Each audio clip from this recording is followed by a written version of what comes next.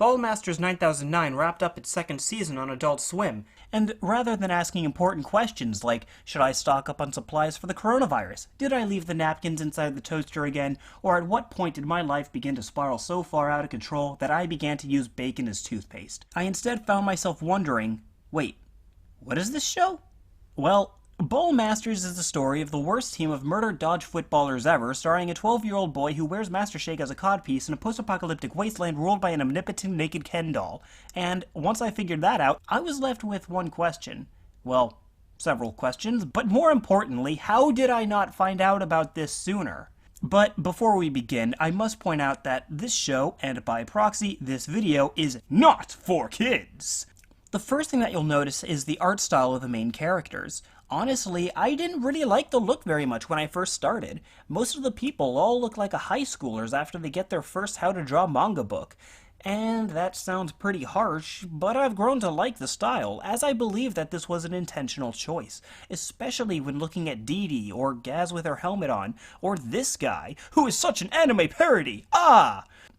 The series has several points that do bring out the art house's chops, usually when they're fighting against opposing teams and scenes that are parodying other anime, such as the Akira and Fist of the North Star references, and even more so in Season 2.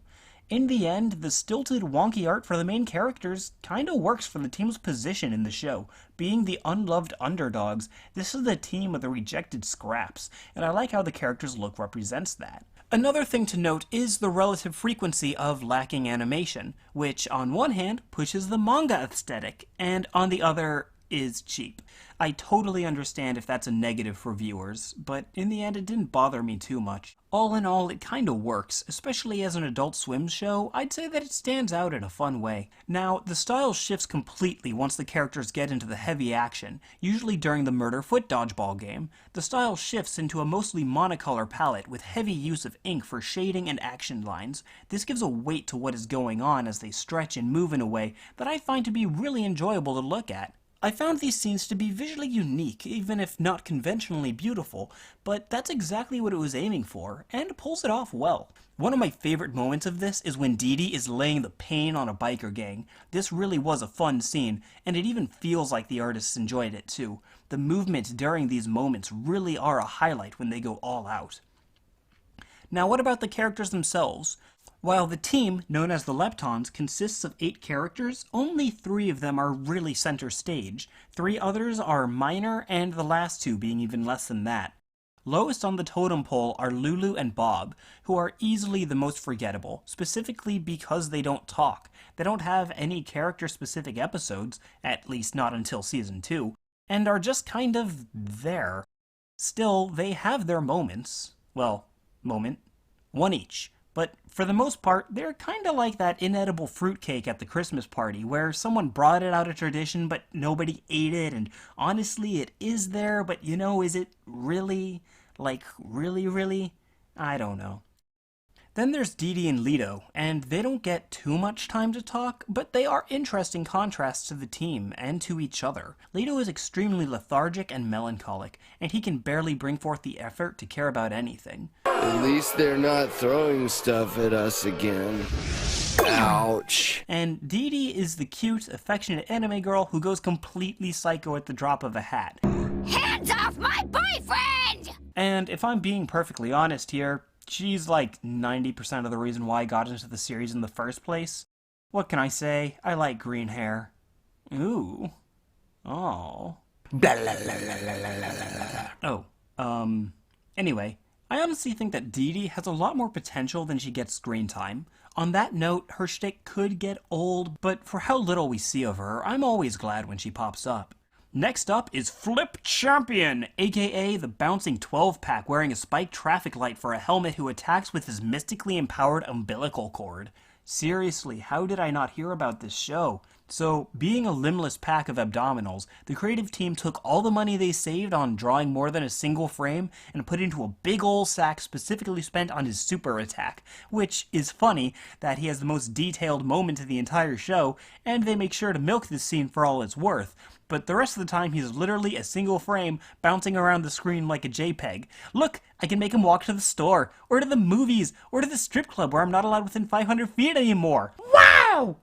Plus, I love Flip's constant conceited energy. Every time he opens his non-visible mouth, I open my ears. Guys, there's a flying ferret in my helmet and I don't know what to do! Then there's the characters that the show is actually about. Gaz Digsy, Ace, and Master Shake. I mean, the Alchemist. Wait, no.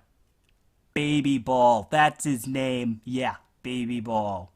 Gaz Digsy definitely has the most going on. Short story shorter, she was the greatest player ever, and partied her way out of shape and out of the league.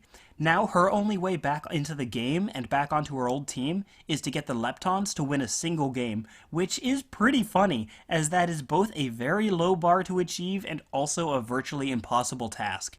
Now, she has almost no desire to really pursue this with any amount of effort. Despite how her future rides on them winning, she will be the first to talk down about them.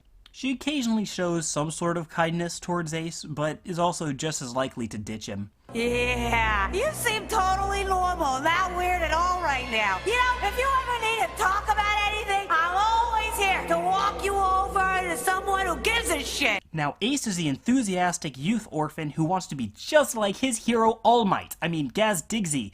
He is the little wooby child who's the ever-optimist who believes that through teamwork and love they can win. Yeah, this kid was born in the wrong cartoon, as his hero is a loser and his team is far from friends to him, even if he doesn't always see it that way. Baby Ball is, well, he is Master Shake, now in ball form. You gotta give the people what they want! People want balls!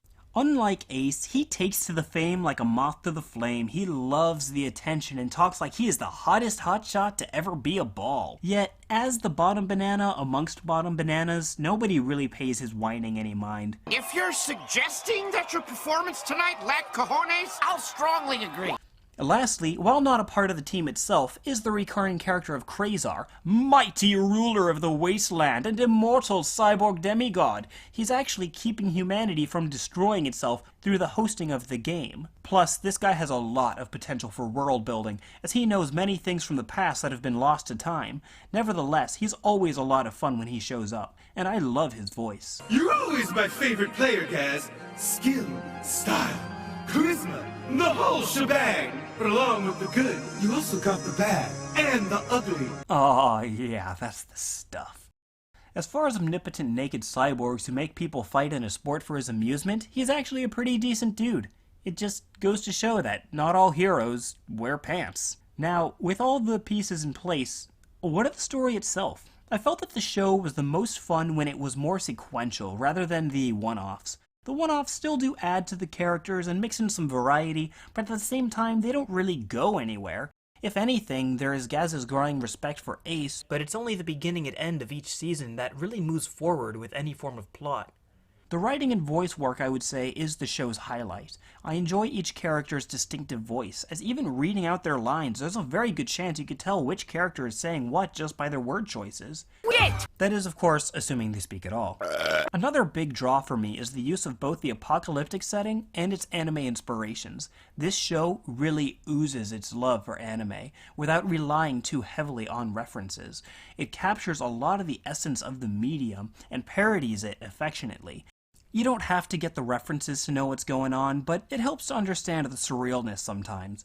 The openings also push this, with the overly long titles being yelled out to the point that I really thought that Ace was voiced by Ash Ketchum. Attack of the prehistoric Pokemon! Honor, money, swords, dongs! Ultimate Gaz Boom Boom rookie card battle begin! Fight! You see? You see what I mean? The humor itself is dark and crude, but stayed pretty consistent. The show rarely pushes violence for shock value, but still does have its moments. Compared to Christy Caracas' previous work, this is surprisingly tame, when you remember that this dude is 1/3 of the minds that brought us Super Jail. Gotta give him kudos though for mixing up his style. But I did find the jokes landed pretty well, again thanks to the delivery of the voice talent. Well, I feel like... While the show is brought down by its animation and lack of depth, as well as a few episodes that were mediocre, I found the show on a whole to be fun, even if I'll probably forget about what I just saw shortly after. Still, if anything about the show caught your eye, I'd really suggest giving it a shot. It only clocks in at an hour and 40 minutes, so as far as one-night stands go, you could do a lot worse. At least you won't leave with anything itchy. And with all that being said, I'd appreciate it if you like and or subscribe. Or don't. I'm not your parole officer. Party on! Ballmastrz.